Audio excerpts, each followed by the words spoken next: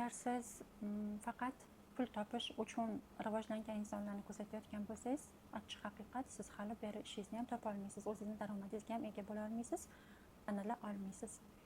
Nima uchun? Chunki siz faqat tirikchiligingiz haqida o'ylayapsiz. Tirikchilikni o'ylashdan yuqori darajadagi hissiyotlar bor.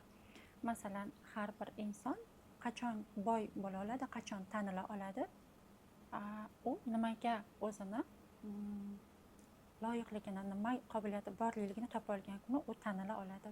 Charli Chaplin, uni qarang, qanaqa o'zgacha bir inson.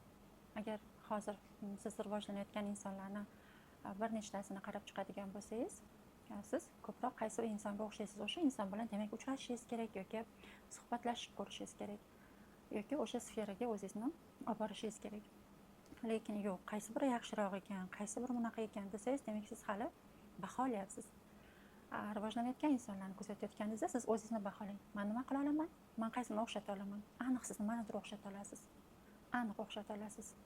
Va boshqalarni faqat baholab o'tirishni to'xtatgan kuningizdan boshlab hamma e'tiborni o'zingizga berishni boshlaganingizda siz o'z missiyasini egasi bo'la olasiz.